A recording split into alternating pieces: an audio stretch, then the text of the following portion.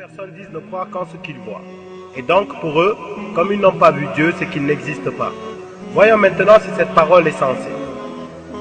Dieu nous a dotés de sens qui nous permettent de savourer la vie.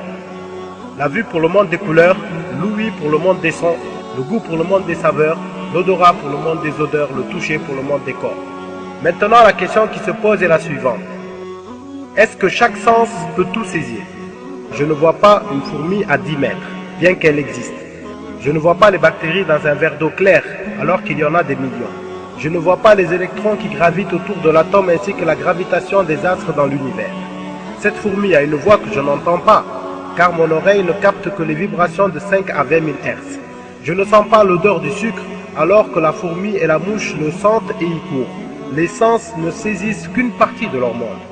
N'est-il pas possible qu'il existe entre le monde des couleurs et celui des sons un autre monde que je ne saisis pas car n'ayant pas le sens adéquat? Par exemple, l'aveugle de naissance peut, à l'aide de l'ouïe, savoir que la mer est bleue et que la prairie est verte, mais il ne peut saisir le bleu ou le vert.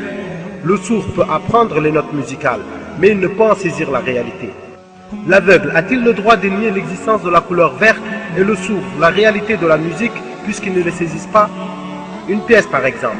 Une pièce t'apparaît totalement calme alors qu'elle contient toutes les chansons et les bruits qu'émettent aujourd'hui toutes les stations de radio. Tu ne les sens pas, car ce n'est pas une couleur que tes yeux voient, ni un son que tes oreilles entendent. C'est une vibration d'un autre type qui contient un son que ton oreille ne saisit pas, mais une radio peut te les rendre audibles. Tu ne sens pas les faibles variations de la pression atmosphérique, mais si tu utilises un baromètre, tu t'en rends compte. Tu ne saisis pas non plus les basses fréquences alors que le radar les saisit.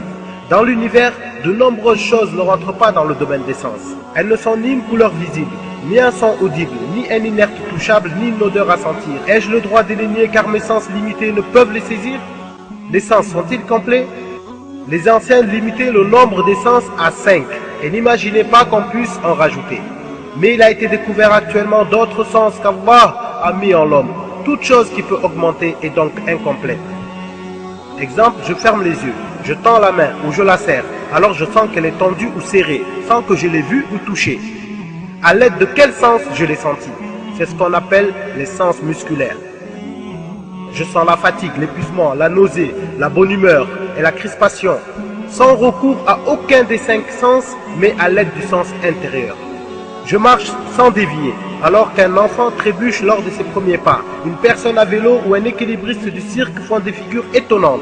Avec quel sens maintiennent-ils leur équilibre? Il existe un 8e sens, le sens de l'équilibre. Les scientifiques pensent avoir découvert l'endroit où Allah l'a placé. Dans l'oreille interne, une matière liquide en petite quantité assure cet équilibre.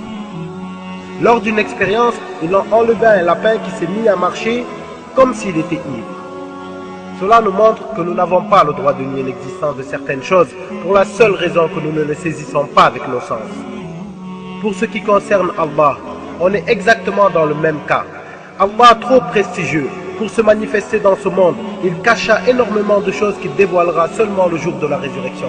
Ce n'est pas parce qu'il nous cache certains mystères de la vie que nous avons le droit de les nier et que nos capacités limitées ne nous permettent pas de les voir, entendre ou sentir que cela signifie qu'elles n'ont aucune existence.